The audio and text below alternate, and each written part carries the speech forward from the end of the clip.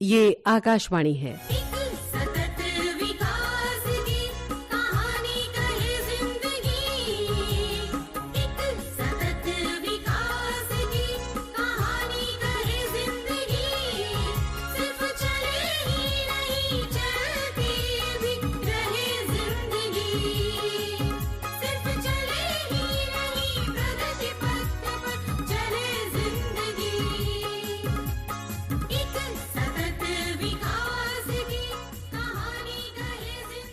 चलती रहे जिंदगी प्रस्तुत है आकाशवाणी और विज्ञान प्रसार के संयुक्त प्रयास से तैयार सतत विकास की आपदाओं की समझ और प्रबंधन पर आधारित विज्ञान धारावाहिक चलती रहे जिंदगी की 10वीं कड़ी, जीवाश्म ईंधन और पर्यावरण।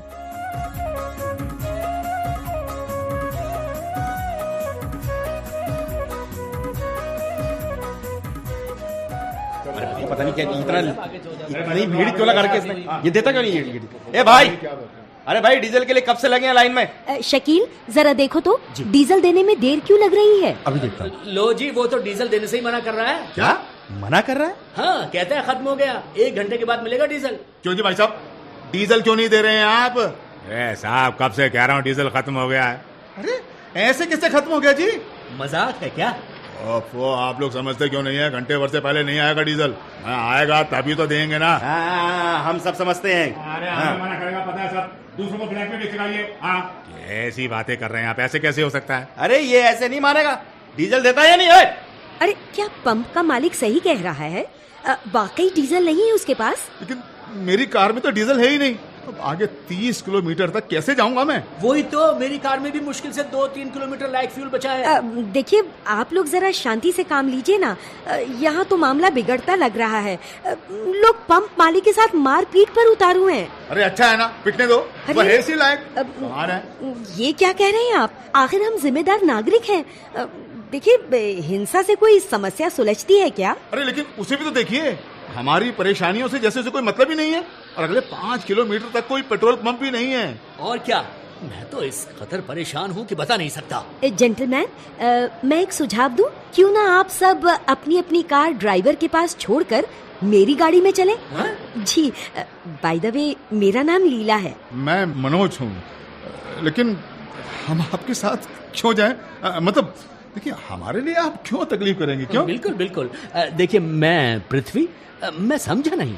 अगर हमें अलग अलग जगह जाना हो तो फिर कैसे करेंगे? देखिए आपकी बात सही है, लेकिन इस वक्त जो हालात हैं उनमें किया भी क्या जा सकता है? पंप वाला कह रहा है उसके पास डीजल आते आते कम से कम 1 घंटा तो लग ही जाएगा। हाँ, बिल्कुल। इतनी देर तक इंतजार कैसे करेंगे आप लोग? और रही मेरी परेशानी की बात, तो फिलहाल उसे भूल जाइए। देखिए किसी दिन मुझे लिफ्ट देकर आप लोग हिसाब बराबर कर सकते हैं। हाँ ठीक है, लेकिन मैडम मुझे सेक्टर 18 पहुंचना है, और वो भी 1 घंटे के अंदर। मेरी जो मीटिंग है वो सेक्टर 7 में है। अरे वाह, ये तो बहुत ही अच्छा है। लगता है मैं बिना अपना रास्ता बदले आप दोनों को ड्रॉप कर सकती हूँ। तो इंतजार किस बात का? अपने अपने ड्राइवर्स को बोलकर आ जाइए मेरी कार में। आपको अलग अलग जगहों पर ड्रॉप करने लायक फ्यूल है मेरे पास। मैं तो सिर्फ अपना रिजर्व बढ़ाने के लिए क्यू में लग गई थी। मैं 1 मिनट में हाँ, मैं भी अभी आया। ठीक है। कितनी अजीब बात है, किसी भी समस्या के आसान हल को हम अक्सर अनदेखा कर जाते हैं, पता नहीं क्यों। आइए। ठीक है जी, चले क्या मैम? हाँ जी। गर्मी बहुत तेज है ना? क्या एसी चलाऊं? प्लीज, देखिए मैं तो पसीना पसीना हुआ जा रहा हूँ। हमारे मौसमों को जाने क्या हो गया है। सर्दी पूरी तरह बीतती भी नहीं है कि मौसम इतना तपने लगता है। सही है, लेकिन वैज्ञानिक इसके लिए हमें ही दोषी ठहराते हैं। क्या? हमें दोषी बताते हैं? किस कदर चालाक हैं ये पश्चिम के साइंटिस्ट। हमें बदनाम करने का कोई मौका नहीं छोड़ते। अब आप ही बताइए मैडम, आखिर हमने मौसम को नुकसान पहुंचाने वाला ऐसा कौन सा काम कर डाला है? शांत पृथ्वी जी, शांत। देखिए शायद मैडम ग्लोबल वार्मिंग की बात कर रही हैं। क्यों लीला जी? जी बिल्कुल सही कहा आपने। देखिए भाई, साइंटिस्ट तो इसके लिए सिर्फ हम ही नहीं, सारी दुनिया को दोषी ठहरा रहे हैं। जी बिल्कुल ठीक कहा आपने। और ज्यादातर मौसम वैज्ञानिकों की राय में इस ग्लोबल वार्मिंग की वजह इंसानों द्वारा बढ़ाया जाने वाला ग्रीन हाउस इफेक्ट है। दरअसल धरती पर प्राकृतिक ग्रीन हाउस में बदलाव की वजह इंसानी गतिविधियां ही हैं। अब देखिए ना, पिछले 100 सालों में कोयला और ऑयल जैसे फॉसिल फ्यूल जला जलाकर हमने वातावरण में कार्बन डाइऑक्साइड का जमाव बहुत ज्यादा बढ़ा दिया है। जी बिल्कुल।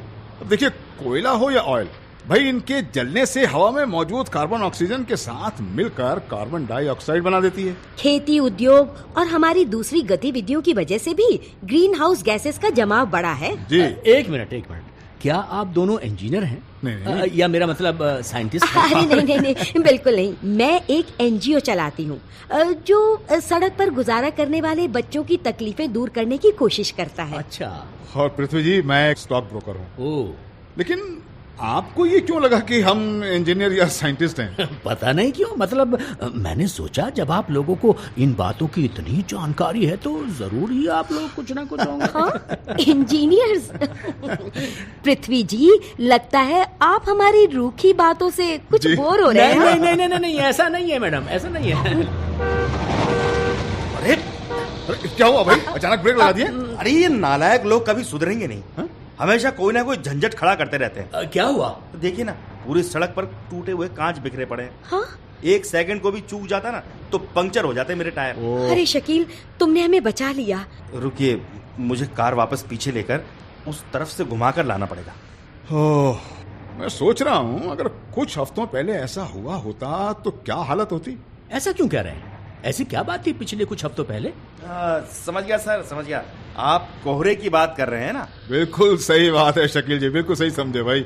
देखिए ना, सुबह 10 बजे भी कुछ नहीं दिखाई पड़ता था इस सड़क पर। सभी को उन मुश्किल हालात से गुजरना पड़ता था। अब तो हर जाड़े के मौसम में ये एक आम सी बात हो गई है। जी बिल्कुल। लगता है मुझे फिर उसी टॉपिक पर लौटना पड़ेगा। इन पूरे हालात के लिए हम ही तो जिम्मेदार हैं। हाँ, आपका मतलब फॉसिल फ्यूल जलाने से है ना? जी बिल्कुल सही। जरा हमारी राजधानी दिल्ली के बारे में सोचिए।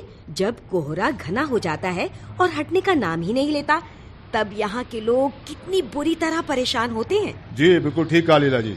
देखिए ना, स्कूल बंद, हर तरफ ट्रैफिक जैम, जिंदगी जैसे थम कर रह जाती है। लेकिन कहते हैं इस मर्तबा दिवाली पर पटाखे चलाने की वजह से ये मुसीबत खड़ी हुई। बात तो बिल्कुल सही है, लेकिन असली गुनाहगार तो कोयला, डीजल, पेट्रोल जैसे फॉसिल फ्यूल ही हैं। देखिए ना भाई, 2002 से 2012 तक गाड़ियों की तादाद 97% बढ़ी, जिसकी वजह से प्रदूषण में तो भारी इजाफा हुआ ही। साथ ही साथ जहरीले धुएं का भी सीधा सामना करना पड़ता है। कोहरा तो सिर्फ वो असर है जो हमें नजर आ जाता है। लेकिन हम कर भी क्या सकते हैं? अगर हमें तरक्की करनी है तो फिर ज्यादा कारों की भी दरकार होगी। ये जरूरी नहीं। हाँ, जहाँ तक कुछ अच्छा करने की बात है तो कहा जा सकता है वो हम अभी इस वक्त कर ही रहे हैं। लीला जी, मैं कुछ समझा नहीं। अरे इस वक्त हम लोग बजाय 3-3 कारों की एक ही कार में सफर कर रहे हैं जी। इसी को शेयरिंग कहते हैं। ओह, और यकीनन प्रदूषण का स्तर घटाने में ये सहायक साबित होगा। इसके अलावा ये टिकाऊ जिंदगी जीने का एक तरीका भी है। मानता हूँ, लेकिन हम में से ज्यादातर लोग अपनी खुद की कार ही पसंद करते हैं। उन्हें शेयरिंग बिल्कुल भी पसंद नहीं। मैं ये नहीं कह रही कि सबके पास अपनी अपनी कार ना हो, लेकिन शेयरिंग के पीछे यही भावना है कि किसी दिन सभी गाड़ियाँ एक साथ सड़कों पर नहीं होंगी, बल्कि एक ही कार में 2 या 3 मुसाफिर होंगे। गाड़ियों का इस्तेमाल बारी बारी से किया जा सकता है। बिल्कुल ठीक। आज मेरी कार, कल आपकी और अगले दिन मनोज जी की कार। इसी तरह बस चलता रहेगा। भाई लीला जी, मैं आपकी बात से पूरी तरह सहमत हूँ। भाई देखिए ना, इस तरह हम फ्यूल की काफी बचत कर सकते हैं। बिल्कुल बिल्कुल।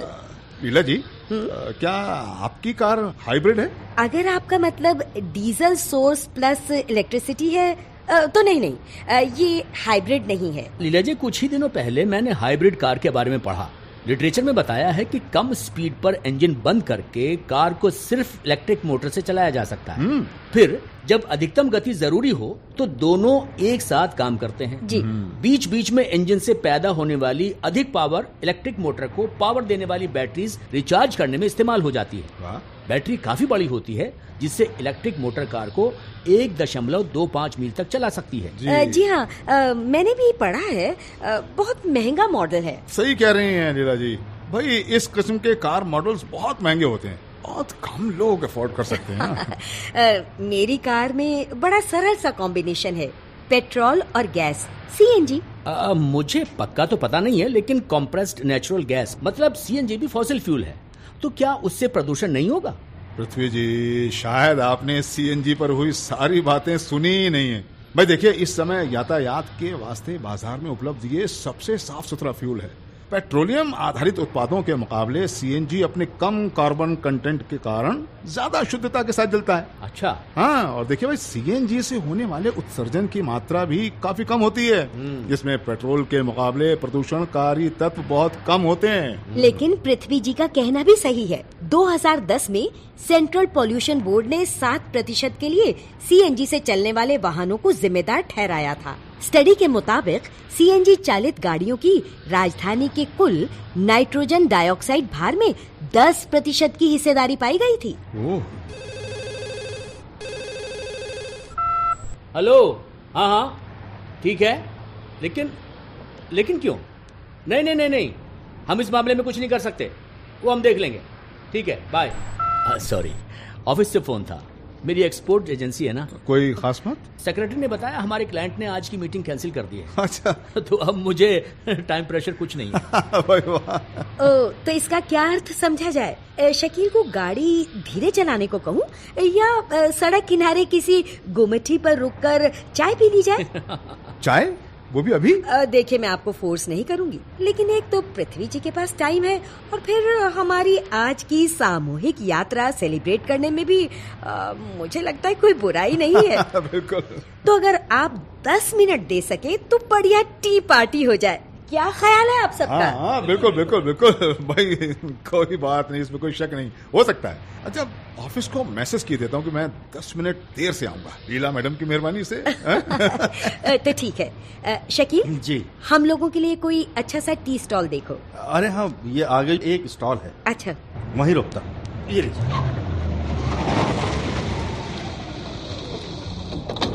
लीजिए, आ गए जी चाय की दुकान पर। आइए जी, आइए मैडम, आइए सर, आइए इधर आइए शकील जी, आइए। बहुत अच्छी चाय बनाता है लच्छू। अच्छा। अरे लच्छू भाई, जरा हमारे लिए चाय बनाइए। हाँ, 2 मिनट, जरा चूल्हा बस जलाया है, अभी बैठिए आप, आपको गर्मा गर्म चाय पिलाता हूँ। चूल्हा जलाने का ऐलान करने की क्या जरूरत थी साहब, धुआं वैसे ही सब कुछ बता रहा है। क्या मुसीबत है। सुनो, क्या नाम है तुम्हारा? जी, लच्छू नाम है जी मेरा। अच्छा लच्छू, इस धुएं का कुछ कर सकते हो तुम? इतने धुएं में तो तुम्हारी चाय का मजा नहीं उठा पाएंगे हम। नाराज मत होइए मैडम, धुआं अभी छट जाता है। अरे बबलू, कुर्सियां उस तरफ लगा दे बेटा। मैडम, आप जरा उधर बैठिए और वहाँ धुआं नहीं लगेगा। चल बेटा, चल, जल्दी कर, जल्दी। कोयला सबसे ज्यादा इस्तेमाल होने वाला फॉसिल फ्यूल, चांदनी चौक से लेकर चाइना तक हर जगह यही हाल है लीला जी। सर, आपने चाइना का जिक्र किया है ना, तो हाल ही में मेरे एक चचेरे भाई की नौकरी बीजिंग में लगी है। अच्छा। उसने अपनी माँ को खत में लिखा है कि यहाँ धुएं के मारे ऐसा हो गया है कि दम घुटा जाता है। अच्छा। रोज सवेरे लोग मुंह पर मास्क लगाकर निकलते हैं, ड्राइविंग भी बहुत मुश्किल है।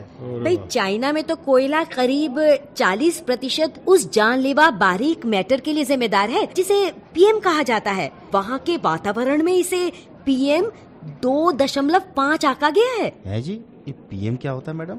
पीएम के मायने हैं पार्टिकुलर मैटर। वो बहुत ही बारीक से कण जो तेजी से गुजरती कारें अक्सर पीछे छोड़ जाती हैं। अच्छा। शकील जी? सुनो, कार को किसी छायादार जगह पर खड़ा कर लो, वरना तप जाएगी। जी। और फिर हमें ज्यादा एसी चलाना पड़ेगा। जी, समझ गया, मैं समझ गया, अभी खड़ी की देता हूँ। भाई, हमारी एसी मशीनें हो या बिजली के उपकरण या बिजली से चलने वाली कोई भी चीज, लौट कर हमें कोयले पर ही आना पड़ता है। वैकल्पिक ऊर्जा को लेकर छिड़ी सारी बहस और शोर शराबे के बावजूद हम बड़ी हद तक कोयले पर ही निर्भर हैं। बिल्कुल, मेरी सेक्रेटरी हर रोज अपना अखबार बड़े गौर से पढ़ती है वो हमेशा इंटरनेशनल मुद्दों को लेकर खासी उत्साहित रहती है। मुझे एक दिन चाइना में कोयले के इस्तेमाल को लेकर कुछ आंकड़े बता रही थी। अच्छा, हाँ, क्या आंकड़े भाई, हमें बताइए ना। वो बता रही थी कि चाइना में हर बरस कोयले की जितनी खपत होती है उतनी खपत तो दूसरे सारे देशों में कुल मिलाकर भी नहीं होती। वो कोयला जलाना वहाँ प्रदूषण और ग्रीन हाउस गैस पैदा होने की सबसे बड़ी वजह है। मैंने न्यूयॉर्क टाइम्स में पढ़ा है कि चाइना में कोयले के उपभोग में अब कमी आने लगी है। चलिए हम उम्मीद करें कि वैकल्पिक ऊर्जा बड़े पैमाने पर कोयले और पेट्रोल की जगह जल्द ही ले लेगी। देखिए भाई, इस मामले में चाइना की बड़ी विचित्र स्थिति है। एक तरफ तो वो फोटोवोल्टाइक पैनल्स के जरिए और सौर ऊर्जा पैदा करने वाले देशों की सूची में सबसे ऊपर है, और दूसरी तरफ भारी पैमाने पर कोयला जलाते हुए दुनिया का सबसे बड़ा प्रदूषण फैलाने वाला देश बना हुआ है। लीजिए साहब, गर्मा गर्म चाय। लाओ। खुशबू से लगता है अदरक डालिए इसमें। भाई शुरू में तो धुएं ने पूरा मूड ही खराब कर दिया था। हाँ। अरे भाई जी, लच्छू जी, हाँ, तुम केरोसिन क्यों नहीं इस्तेमाल करते? हाँ साहब कोशिश तो की थी, लेकिन केरोसिन आसानी से नहीं मिलता। ओह, हमारे पास राशन कार्ड भी नहीं है, और राशन की दुकान के अलावा कहीं और से केरोसिन लें तो बहुत महंगा पड़ता है। लेकिन भाई कोयले के लिए भी तो तुम्हें दाम चुकाने पड़ते होंगे ना, फिर वो कैसे करते हो तुम? अब वो तो कैसे भी कर लेते हैं मैडम। अच्छा, मुझे जरा काम है, कब बाद में आकर ले जाऊंगा, आप आराम से चाय पियो। ठीक है। देखा, वो आपका सवाल कैसे टाल गया। अक्सर गरीब लोग कोयले के टुकड़े रेल यार्ड से उठा लेते हैं या उन जगहों से जहां वो बेचने के लिए रखा जाता है। मुझे पता है, वो लोग कोयला चुराते हैं और अक्सर अपने बच्चों को इस काम पर लगा देते हैं। हमने कई बार ये मुद्दा अपने प्रोजेक्ट्स में उठाया है। ईंधन के बिना तो काम चल ही नहीं सकता लीला जी। दिन ब दिन इसके बढ़ते खर्च की वजह से घर का बजट भी भारी होता जा रहा है। और भाई लच्छू जैसे गरीबों को जैसे भी बन पड़े वो जुटाना ही पड़ता है। लेकिन मनोज जी, आपने कोयले के बदले केरोसिन इस्तेमाल करने की सलाह दी जी, जबकि पर्यावरण के लिए वो भी कम खतरनाक नहीं है। ग्लोबल वार्मिंग बढ़ाने में उसकी भी एक खासी हिस्सेदारी है। जानता हूँ लीला जी, जानता हूँ, लेकिन किया भी क्या जा सकता है। अब देखिए ना, बिजली जिनकी पहुंच से बाहर है, दुनिया के उन 20% लोगों के लिए केरोसिन की लालटेनों से मिलने वाली रोशनी बहुत ज्यादा मायने रखती है। देखिए, दरअसल पिछली रिपोर्ट्स के मुताबिक 77 बिलियन लीटर लिक्विड फ्यूल, ज्यादातर केरोसिन, हर साल उन घरों में रोशनी के लिए इस्तेमाल होता है जहां बिजली नहीं है। फिर भी कुछ आशाजनक काम हो रहे हैं। सुना है जल्दी पूरा गुरुग्राम केरोसिन की जगह LPG का इस्तेमाल शुरू कर देगा। प्रधानमंत्री उज्ज्वला योजना के अंतर्गत गैस कनेक्शन दिए जा रहे हैं। अच्छा, ये तो बड़ी अच्छी खबर है जी। कहिए साहब, चाय ठीक थी? अरे बहुत बढ़िया, सबको मजा आया। बिल्कुल, बहुत अच्छी चाय थी भाई। लिए पैसे मैं दे देता हूं। नहीं नहीं नहीं, बिल्कुल नहीं। अरे? शकील, चाय पी लो तो कार ले आओ। हाँ जी मैडम। देखो, अब हमें जल्दी करनी चाहिए, हैं? चलो।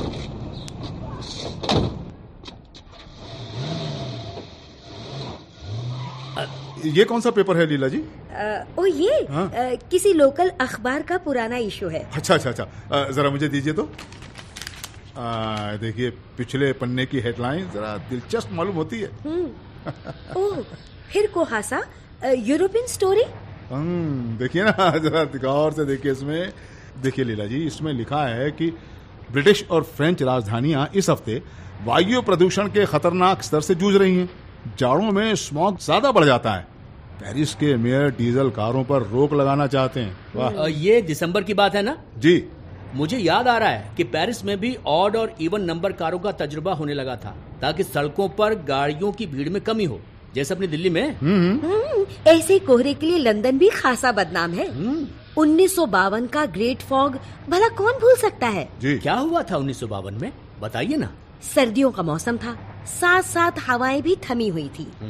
हवा में प्रदूषणकारी तत्व जमा होने लगे, खास तौर पर कोयला जलाने से पैदा होने वाले प्रदूषक तत्व, जैसे पूरे शहर पर धुंध की एक मोटी सी चादर तन गई थी। और साहब, हालात पूरे 5 हफ्तों तक इसी तरह कायम रहे। भाई बाद में मौसम बदलने पर ही वो धुंध छटी। ओहो, इन दिनों तो लंदन की हालत ठीक है ना? हाँ भाई, इस टैब्लॉइड के अनुसार तो लंदन के मेयर ने वायु प्रदूषण का अलर्ट जारी कर दिया है।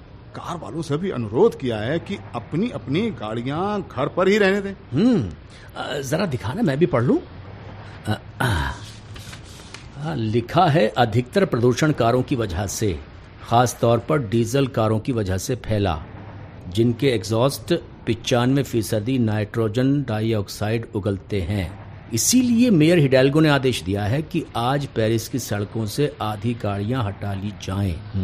अब जरा ये भी सुनिए साहब, इस हालात के लिए भी ब्रिटिश अखबार फ्रांस की तरफ से आने वाली प्रदूषित हवा को जिम्मेदार ठहरा रहे हैं।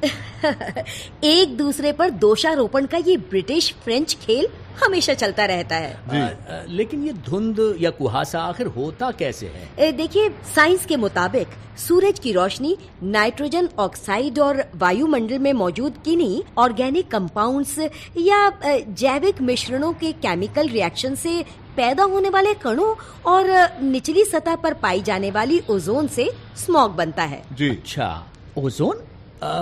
मैंने सुना है वायुमंडल में ओजोन भारी मात्रा में मौजूद है और वो हमें सूरज से आने वाली हानिकारक किरणों से बचाती है। क्या वो निचली सतह पर भी होती है? इंटरेस्टिंग। हाँ, ये वाकई इंटरेस्टिंग बात है। भाई, निचली सतह वाली ओजोन रंगहीन होती है और बहुत ही परेशान करने वाली ऐसी गैस है जो धरती की सतह से कुछ ही ऊपर होती है। इसे सेकेंडरी पोल्यूटेंट कहा जाता है क्योंकि ये तब बनती है जब दो प्राइमरी पोल्यूटेंट सूर्य की रोशनी और ठहरी हुई हवा में प्रतिक्रिया करते हैं। प्राइमरी पोल्यूटेंट मतलब नाइट्रोजन ऑक्साइड और कुछ हवा में उड़ने वाले ऑर्गेनिक कंपाउंड्स। यानी फिर वही कारें हैं? अरे पृथ्वी जी, इतने टेंस मत होइए। ये सही है कि इंसानी गतिविधियों से पैदा होने वाली लगभग 95% नाइट्रोजन ऑक्साइड कोयला जलाने, गैसोलीन और मोटर गाड़ियों, घरों, उद्योगों और पावर प्लांट से निकलती हैं। भाई देखिए, वोलेटाइल कंपाउंड्स ज्यादातर गैसोलीन जलने, अपस्ट्रीम ऑयल और गैस उत्पादन के अलावा द्रव ईंधन और घोलकों के वाष्पीकरण से बनते हैं। अच्छा, ये क्या ओजोन हानिकारक होती है? और नहीं तो क्या, ओजोन मानव स्वास्थ्य पर विशेष प्रभाव डालने के लिए जानी जाती है। अच्छा। ओजोन के संपर्क में आने को समय से पहले मृत्यु, अस्थमा और अन्य कारणों से होने वाली बीमारियों से जोड़ा जाता है। भाई, ओजोन का वनस्पतियों पर विशेष असर होता है। ये कई फसलों की पैदावार घटा देती है। ओफो, लेकिन ये बताओ, अब जाएं तो जाएं कहाँ? इसका मतलब तो ये हुआ कि गैसोलीन का वो हर लीटर जो हम जलाते हैं वास्तव में हमारा स्वास्थ्य बिगाड़ने वाला ही होता है। सर, हम सेक्टर 18 में दाखिल हो रहे हैं। आप कहाँ उतरना चाहेंगे? अभी तो आपको अपने ऑफिस ही जाना होगा ना? हाँ, सही कहा आपने। लेकिन हमें चर्चा करने का अच्छा मौका मिला। मनोज जी। जी। कम से कम मुझे तो बहुत फायदा हुआ। भाई, फायदा तो मुझे भी बहुत हुआ पृथ्वी जी। कितनी ही बातें मालूम हुई। हमें अपनी होस्ट लीला जी का आभार मानना चाहिए। बिल्कुल। शकील भाई जी, जरा बाएं हाथ बढ़ाइए। जी, उस तरफ, वो हरी बिल्डिंग है ना? हाँ। अब बस यही रोक दीजिए। आइए। भाई पृथ्वी जी, आज का दिन हमें याद रहेगा। बिल्कुल। और हाँ, अपनी समाचार प्रेमी सेक्रेटरी को हमारी इस चर्चा के बारे में बताना मत भूलिएगा।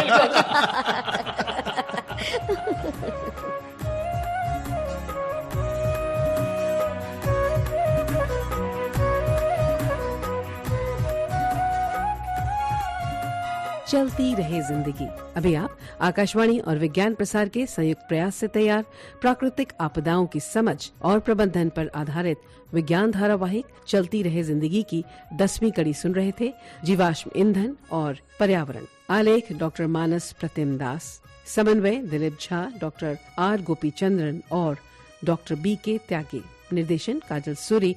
प्रस्तुति सहायक नेहा टाक। भाग लेने वाले कलाकारों के नाम इस प्रकार हैं: गीता वर्मा, सुरेंद्र सागर, सलीम खान और श्रीकांत। साथियों, अभी जाइए नहीं, अब समय है आपसे किए जाने वाले सवालों का। सही उत्तर भेजने वाले श्रोताओं को लकी ड्रॉ द्वारा निकाले गए परिणामों के आधार पर विज्ञान प्रसार द्वारा आकर्षक पुरस्कार दिए जाएंगे। हमारा आज का पहला प्रश्न है, जीवाश्म ईंधन क्या है? और दूसरा प्रश्न है, नवीकरणीय ऊर्जा के स्रोत क्या हैं? हमारा पता नोट करें। विज्ञान धारावाहिक चलती रहे जिंदगी द्वारा केंद्र निदेशक, कमरा नंबर 615, नव प्रसारण भवन, आकाशवाणी, संसद मार्ग, नई दिल्ली 110001। आप अपने उत्तर ईमेल द्वारा भी भेज सकते हैं। हमारा ईमेल आईडी है radio@vigyanprasar.gov.in। श्रोताओं, हमें इंतजार रहेगा आपके पत्रों का। जवाबों के साथ अपना पूरा नाम, पता आयु, व्यवसाय। यदि विज्ञान क्लब से जुड़े हैं तो कुल सदस्यों की संख्या लिखना न भूलें। हाँ, अगर आपके मन में कोई प्रश्न या जिज्ञासा हो तो वो भी लिख भेजिएगा। धारावाहिक चलती रहे जिंदगी की अगली कड़ी इसी दिन और इसी समय लेकर अगले सप्ताह हम फिर हाजिर होंगे। नमस्कार, शुभकामनाएं। सतत विकास की कहानी कहे जिंदगी, एक सतत विकास की कहानी कहे जिंदगी, सिर्फ चले ही नहीं चलती भी रहे जिंदगी, सिर्फ चले ही नहीं प्रगति पथ पर चले जिंदगी, एक सतत विकास की कहानी कहे जिंदगी।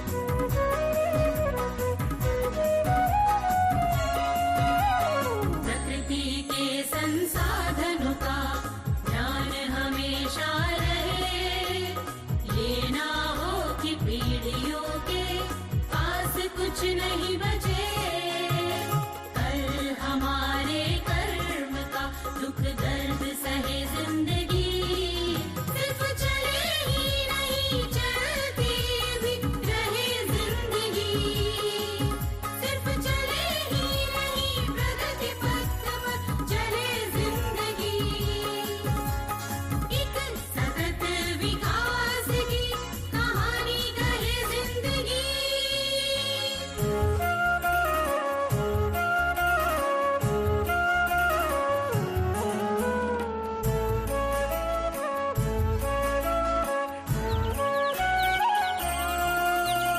अंधाधुंध शहरीकरण की ही ये सजा मिली, छोड़ हमें जाने कहाँ गोरैया चली गई, परिंदों की इस दशा से कुछ तो कहे जिंदगी, सिर्फ चले ही नहीं चलती भी रहे जिंदगी, सिर्फ चले ही नहीं प्रगति पथ पर चले जिंदगी,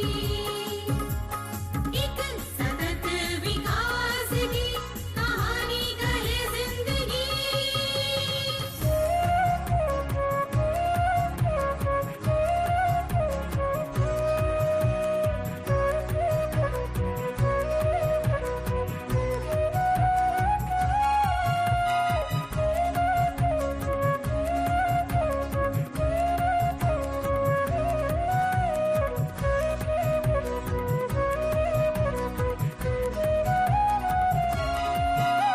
जरूरत सतत विकास की हमें बता रही, चिंता अब ओजोन परत की हमें सता रही, बढ़ रहा है तापमान और रहे जिंदगी, सिर्फ चले ही नहीं चलती भी रहे जिंदगी, सिर्फ चले ही नहीं प्रगति पथ पर चले जिंदगी, एक सतत विकास की कहानी कहे जिंदगी।